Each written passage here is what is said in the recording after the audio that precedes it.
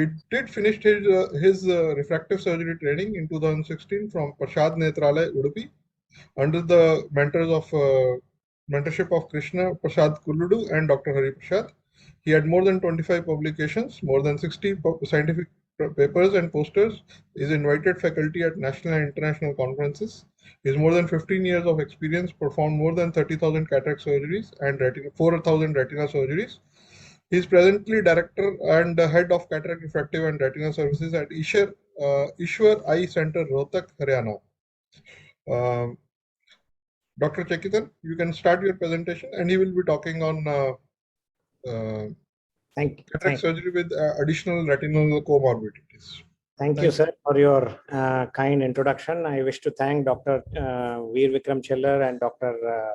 Saurabh and the AIOS Scientific Committee for giving me an opportunity to share my views on cataract surgery with comorbid retinal conditions. Phacoemulsification is one of the most successful surgeries performed, 99% success rate.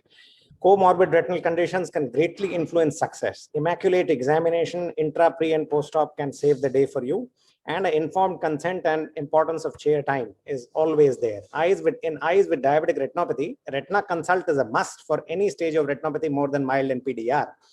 Like this particular patient presented to me, very normal looking fundus, not more than mild to moderate retinopathy. I found some suspicious vessels, did an angiography, and was surprised to find a NBE. So this is a proliferative diabetic retinopathy, and our surgical plan changes. We have to manage that first and cataract later. Second, OCT is preferable pre-op, and OCT or OCTA in doubtful staging, as I mentioned. In this particular patient, again for cataract surgeries, a few hemorrhages and few hard exudates away from the fovea. But when you do a OCT, you are surprised that there's a lot of macular edema and even a foveolar neurosensory detachment. So you have to stabilize the macula, the macular edema, and then proceed for cataract surgery. There is a role for concomitant anti-VEGFs in these patients in which macular edema and retinopathy is there, provided it is already stabilized before. And you have to also ascertain whether the cataract is the real cause of vision loss. Close and prolonged follow-up is required as they are more prone to cystoid macular edema. You must stabilize the retinopathy before you proceed. This is an example of a nicely done PRP for an eye, which can now be taken up for cataract surgery.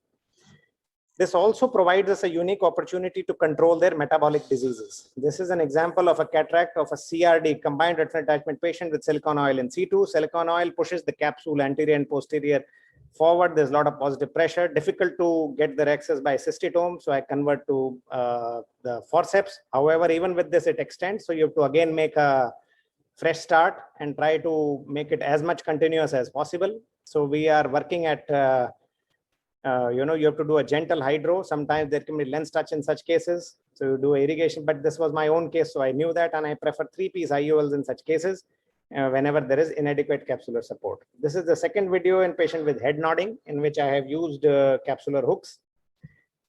It was a myotic pupil, as diabetic cataracts tend to have it sometimes. So you complete your excess, proceed with your normal phaco. I do stop and chop technique and put in a lens in the eye. Eyes with diabetic macular edema, your aim is to dry the macula as much as possible. Pre-op, this is an example, a patient presented for right eye cataract surgery. I diagnosed macular edema, told her to get macular edema controlled and then get operated. She was in a hurry, went elsewhere, got operated. This vision was 618, post-op vision was 636 with a lens in the eye, and the patient was extremely unhappy. You can see the mound of macular edema. We managed it with multiple anti-VEGFs and finally an Ozurdex to get a dry macula, but the vision deteriorated as the foveal thickness decreased. The vision could not be corrected more than 6-9 parts. So you must have excellent control of diabetes, hypertension, nephropathy, and pre and post-op OCT is a must in such cases. Another thing which I do in patients is intra-op fundus examination. Suppose patient has an intumescent cataract in one eye and PDR or macular edema in the other eye. I would do, after I finish my phaco and put in the lens, I do a fundus examination to see if there is any PDR or a lot of hard exudates or a lot of macular edema. If that is there, I give on the table anti-VEGF at that time rather than waiting for post-op period and doing a OCT and then doing. Provided I am sure of the stage of the disease. That helps in controlling the edema and the retinopathy. This is a simple case of cataract surgery in a diabetic patient. So we have gone in with the normal cataract surgery, and towards the end of it, when I finish it, I will give a patient had macular edema which was previously controlled. But at this point of time, I would give an intravitreal anti-VEGF, Avastin in this particular case. This particular approach stabilizes the disease in a big way and helps prevent complications. Now, in this particular patient, again, a patient with chronic recalcitrant DME, I finished my phaco. There was a small wound leak, so I've sutured it. And now I'm giving a Ozurdex injection, as he has had multiple anti-VEGFs and is a recalcitrant macular edema. So this approach is a really good approach, concomitant anti-VEGF and steroids in patients who have diabetic macular edema and significant retinopathy. So eyes with vascular occlusions, you have to really rule out the etiological systemic condition and treat it. OCT can catch the evasive thief. Sometimes you can have minimal amounts of macular edema, which can really threaten your vision, and also macular ischemia. You know, there are certain patients in which you have to explain GVP. So you should be knowing that macular ischemia is there. Look for troublemakers like neovascularization elsewhere, neovascularization disc, and neovascularization of the angle. In such cases, so gonioscopy is must. Concomitant anti-VEGF can also be given. Patients are more prone to CME. This particular patient had a cataract, but I could see something behind. I could not see the fundus, did a ultrasound and found vitreous hemorrhage. And when we went inside, as you can see, as the vitrectomy progresses, you are able to see a vascular occlusion with a CRA at the macula. So we did endolaser, came out and told the patient that it was extremely guarded visual prognosis for cataract surgery in case he wants to go for it. Eyes with neovascular AMD pose a different kind of challenge. You must suspect it in the first go. This is the patient, right eye had a significant chronic AMD with a lot of exudation, poor visual acuity, finger counting, came for the left eye surgery, and you can see fundus, there is absolutely nothing that you see. So everything is fine. Should we take him up? But I find some suspicious area here, do an angiography and able to detect the CNVM. When you do a OCT, it's confirmed, a double humped PED suggestive of idiopathic polypoidal choroidal vasculopathy. So we first treated the IPCV, the CNVM, and then went ahead with cataract surgery. So you must suspect, screen, stabilize, supplement, support such patients. There are implantable miniaturized telescopes, especially for patients with atrophy at the macula. LVA trials can be given, and controversy of the yellow chromophore. There is no scientific evidence to prove that yellow IOLs delay or prevent ARMD.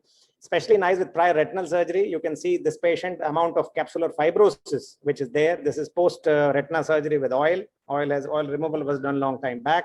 And you can see I can hardly make a rhexis. It's all piecemeal. And with this rhexis, you cannot continue. So I decide to enlarge it with the scissors. Now we get a slightly decent size. And with heart in our mouth, you know, we proceed slowly with phaco. And it's not that hard, so we are able to manage, slowly bring in the fragments. You have to be careful in these patients.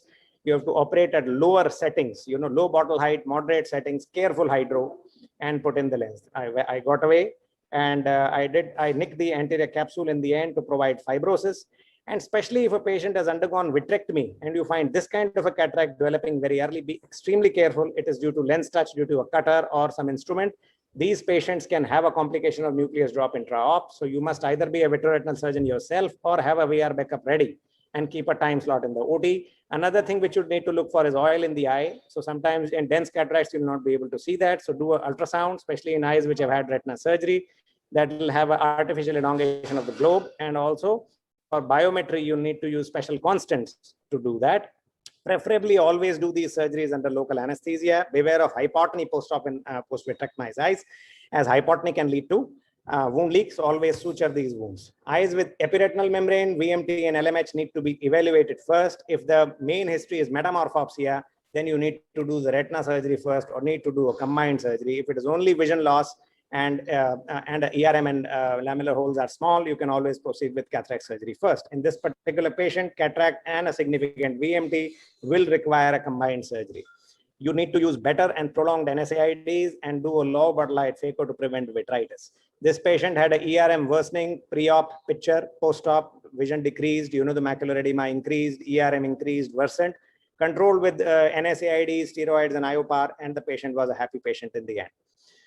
Lamellar macular hole also can progress over time. This is 1 year and this is at 1.5 years. Now the patient has cataract and a significant ERM. At this point of time, we did a combined surgery of ERM removal, lamellar ILM peeling and phaco, and the patient got back very good vision. Such kind of lamellar macular holes and pseudo holes can be left alone and you can proceed with cataract surgeries. Eyes with hereditary retinal conditions, you have to be extremely careful. Surgery should be the last resort. Should be done. RP patients are prone to zonal weakness, and subluxation. Avoid multimodal and multifocal and EDOF lenses. Repeat biometry, as surprise can be there as a patient have fixation issues. This patient was operated 7 years back by me, retinitis pigmentosa, absolutely uncomplicated surgery. And you can see 7 years later, there is an anterior subluxation of both the lenses with the capsular bag. I removed it, sent the pathology material to Dr. Biswas at Shankar Netralaya and found an inflammatory membrane all over.